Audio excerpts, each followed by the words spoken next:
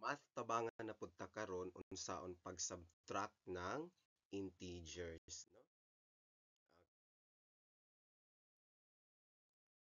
Sa pag-subtract ng integers, no? So pareho sa addition na siya mga possibilities. So sa pag-subtract, pwede na ang ato i-subtract between two positive numbers, no? Pwede sila puro positive, pwede po di ay puro negative, or a combination of positive and negative. Depende na dahil kung kinsay mo una, no? Positive minus ng negative, negative minus ng positive na integers or numbers. So unsaon ka ni siya pag-solve, no? So naa sa sunod ng mga slides.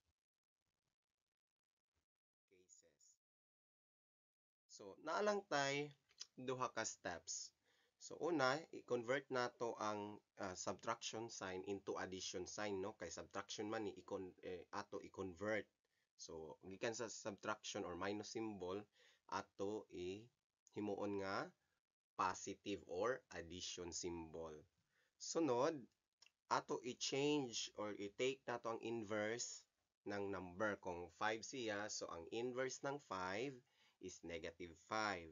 Kung 2, negative 2. No? Or change the sign of the subtrahend.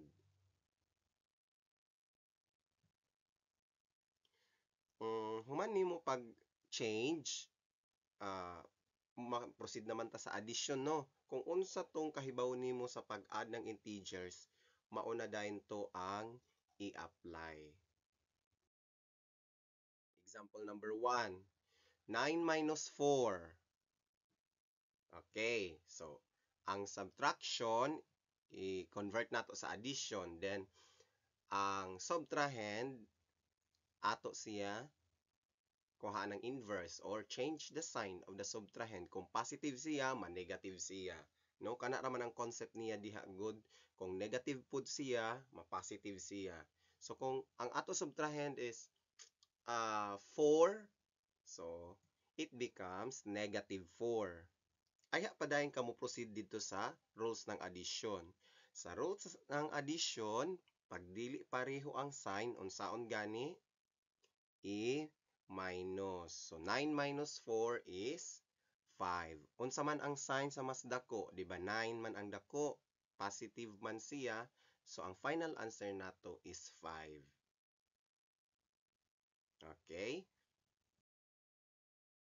For example number 2, 5 minus 7. So, i-change nato ang subtraction or minus symbol into addition. Then, ang 7, change the sign of it. So, it becomes negative 7. So, again, unsa gani ang rules ng addition sa integers? Pag dili pareho ang sign, i-minus. Okay. Tapos, kopyahon ang sign sa mas dako. So, 7 man, negative man siya. So, the final answer is negative 2. How about negative 8 minus negative 5? So, same process. Ang minus i-plus. Then, ang subtrahend lang ha, kanang sunod sa sign na ato gi-change, ang ato i-change pod ang sign or ang inverse niya takuhaan, no? So, kung negative 5 siya, mamahimo na siya positive 5. And then, addition na dayon ta. So, negative 8 plus positive 5, di man pareho og sign, i-minus. And copy the sign of the bigger number, 8 man. So, negative man ang 8. So, the final answer is negative 3. Okay. How about negative 2 minus negative 9? Kainang manggod mas gamay ang minuwen karon mas gamay ang subtrahend. So, same process, change the minus symbol into addition symbol. Tapos, ang negative 9, i-convert or kuha na itong inverse, change the sign, that is positive 9. Okay, proceed to addition. So, dili pareho og sign, i-minus, that is 9 minus 2 is 7. Unsa ang sign sa mas dako? That is 9, so positive. So, that is our final answer, positive 7. Okay, example number 5, 11 minus negative 9. So, the same process. So, the inverse of negative 9 is 9. So, what is 11 plus positive 9? That is positive 20.